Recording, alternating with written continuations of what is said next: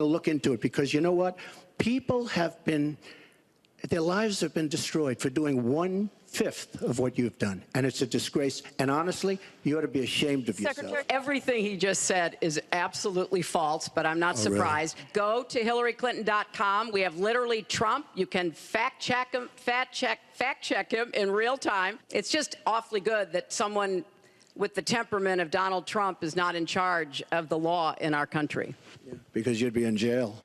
Let's bring back our panel of CNN commentators. You got Christine Quinn, Scottie Nell Hughes, and Ana Navarro. Scottie, let's start with you. To me, well, because I want to give you the chance to say why. Look, he only said it because he knew it would work with the base. So why does the base like the idea of their president, seizing control of the judicial system and putting somebody in jail whom they don't agree with? Well, I don't think it's about not agreeing with. I think it's about the Hillary standard, as she said. Never before has it been unprecedented that we've had a criminal, or the FBI has been investigating a presidential candidate. Never before has the presidential candidate's husband meet with the attorney general on a tarmac that was supposed to be a secret meeting, and then a week or two later, the charges were basically dismissed or said it wasn't going to do anything. This is all a political. This is why Kenneth Starr was appointed before as a separate independent counsel. You did not see Barack Obama did this. You saw his own administration with his own attorney general investigate this. I think a lot of people still have questions. Obviously, 125 counts of taking the fifth by her IT director,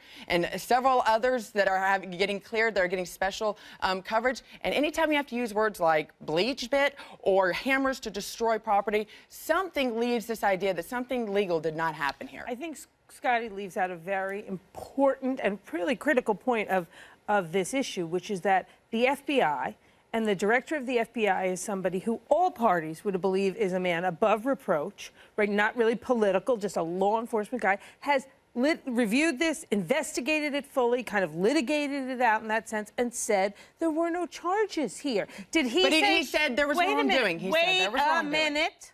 No one interrupted you, and we're New Yorkers. He said that she acted badly, carelessly. She admits that and apologizes for it. Very different than Donald Trump. And he said nothing was done here that needed to be followed up on. Period. That is the point here. And Donald Trump, I get why he keeps bringing it up, and I think Hillary was right to move off of it. But he just keeps bringing this up because it's really the only thing it has, and it tries to move him away, but move him away from other problematic issues. But let's talk about the courts. I don't want to overlook the point last night when the question was asked by someone from the audience about who would you appoint to the Supreme Court. Yeah. One of the biggest powers a president has, and point right now where the court is stymied. Yeah. Because it's terrible. Well, it's 4-4. Yeah. So she made it very clear she wanted experienced people, diversely experienced people, not just white shoe law firm lawyers and somebody who's clerked a little bit. Diverse law experience and people who will overturn Citizens United, reaffirm voting rights, support Roe versus Wade, and support marriage equality. That's what the vast majority of Americans want. Well, go ahead, Anna. Let me tell you, I think out of everybody on the panel, I'm the only one who's actually fled communism and fled dictatorship.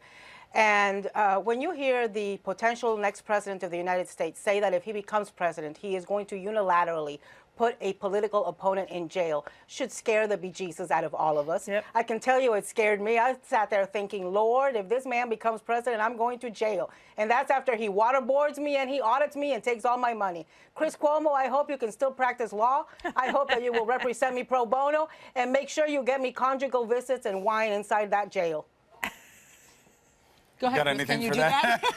Well, I think here's the deal. It's a true point. I'm going to set aside the visits and the wine for a second.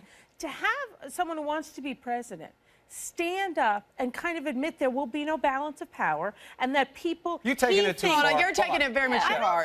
He said he'll appoint... This is about the action. Her action. In jail. You'll be in jail. No, he said... No, when she said...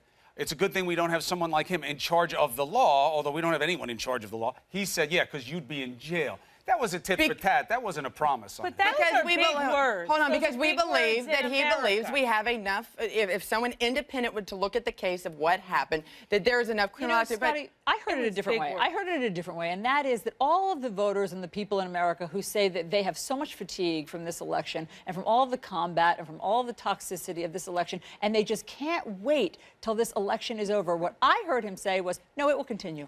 The vendetta that I feel against this woman, if you elect me, I will continue this this fight. I think it's more one of those that the actual justice will be served, that we'll actually have an independent counsel to it. And to the point about Supreme Court Hold on a justices. second. Why is that justice?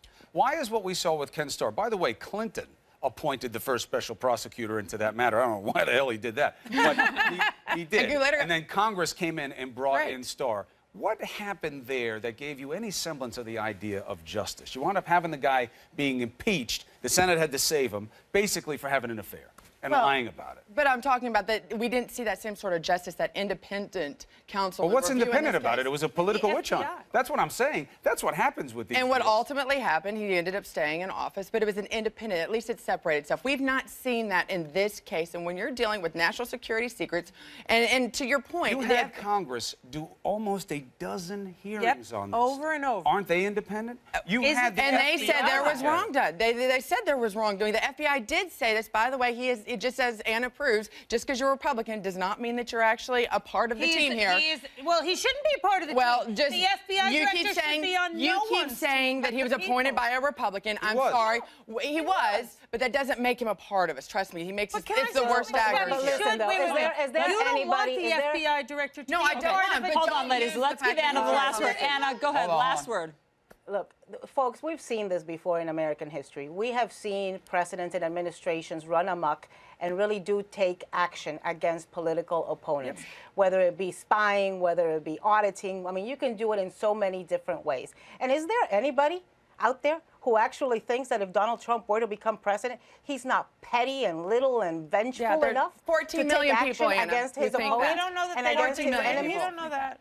You don't know that. Well, they look, may like him 'cause he's here's what petty. we know. Donald Trump promised that if he's president of the United States... Other than the people drinking a lot of orange Kool-Aid. See, once again, you insulted just like Hillary Clinton. That's why she appreciates your support, Anna. Look, all it is She's is... not supporting Hillary. Well, All right, she does with her work. She's supporting her mother. All right, Let's be ladies, real. thank you very much. We got to go to break. Nobody has the market cornered on insults in this election. They're all over the place. He did promise to be different, and that would be more of the same. Trump had the tougher job last night.